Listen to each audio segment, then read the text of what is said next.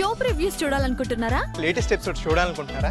Star interviews చూడాలనుకుంటున్నారా? మరెన్నో మీకోసం వెంటనే ZEE5 యాప్ ని డౌన్లోడ్ చేసుకోండి. ఇద్దరిని తీసుకెళ్ళిపోయి 2 ఏళ్ళు తందరి ఇడుకోండి. 2 ఏళ్ళు తందరి ఇడుకుంటే మళ్ళీ నేను ఉండలేకపోయేదాన్ని. చూడకుండా ఉండలేక మళ్ళీ నెలలో వెళ్ళేదాన్ని. వెళ్ళినప్పుడల్లా నన్ను తనడమే, నువ్వు రావద్దు. మరి రెండో అమ్మాయికి ఆ టైం అప్పుడు వైద్యం చూపెట్టడం గానీ మందులు వేయటం గానీ జరిగింది? అన్ని అయిపోయినాయి. నీ దగ్గర నుంచి వెళ్ళటం అయిపోయినాయి.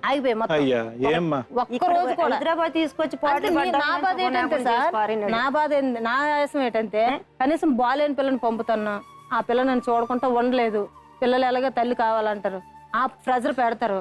కనీసం అలాగేనే వచ్చేస్తాడేమని ఆశ. ఆ చివరిన ఆ టైం అప్పుడు అలా చేశాను. అలిసిపోయి ఉన్నాను నేను, ఆల్రెడీ బాగా అలిసిపోయి ఉన్నాను. పాపని అమ్మాయిని పావుగా వాడుకున్నారు కదమ్మా. తీసుకెళ్లి ఏం చేశాడు, ఎప్పుడు నెల నేను పిచ్చెక్కి నేను పరిగెట్టేదాన్ని, నేను ఉండలేకపోయేదాన్ని. ఒక పిల్ల నా దగ్గర ఉంది, అయినా కూడా ఆ అమ్మాయి మీద నాకు జ్వరం వచ్చేయడం, దిగులెట్టుకోవడం నేను చేసుకున్నాను. అయ్యో నా చేతులతో నేను అప్పచెప్పేశాను, మా ఇద్దరి మధ్యన ఆ పిల్ల బలైపోతుంది. తెచ్చేసుకోవాల్సింది 2 సంవత్సరాలు ఎవరు పెడతారు కదా. వెళ్ళేదాన్ని, నెలకి వెళ్ళేదాన్ని.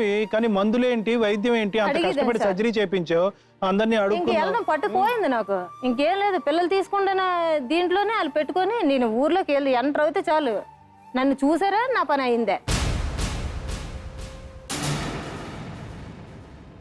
ఓకే, మరి చూసారు కదా ఇలాంటి నేచర్ని ఏమనుకుంటున్నారు, ఈ సమస్యకి పరిష్కారం ఏంటి? మేడం ఈరోజు అంటే ఇక్కడ రామనాయుడు చేసినటువంటి మోసం అని ఒక విధంగా అనుకుంటే కనుక రమాదేవి అనుభవించినటువంటి అన్యాయం గురించి మనం ఈరోజు ఎక్కువగా మాట్లాడుకోవాలి.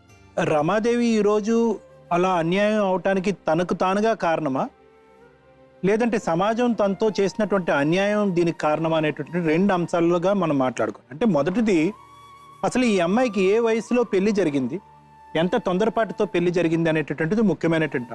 అక్కకి పెళ్లి చేద్దాం అనుకుని అక్క వద్దు అనగానే చెల్లెలకు పెళ్లి చేయటం అనేటటువంటి సాంప్రదాయం ఎక్కడి నుంచి వచ్చిందో మనకు తెలియదు. కానీ ఈరోజు రమాదేవి యొక్క జీవితాన్ని సర్వనాశనం చెప్పిందని మాత్రం మనం ఖచ్చితంగా చెప్పుకోం.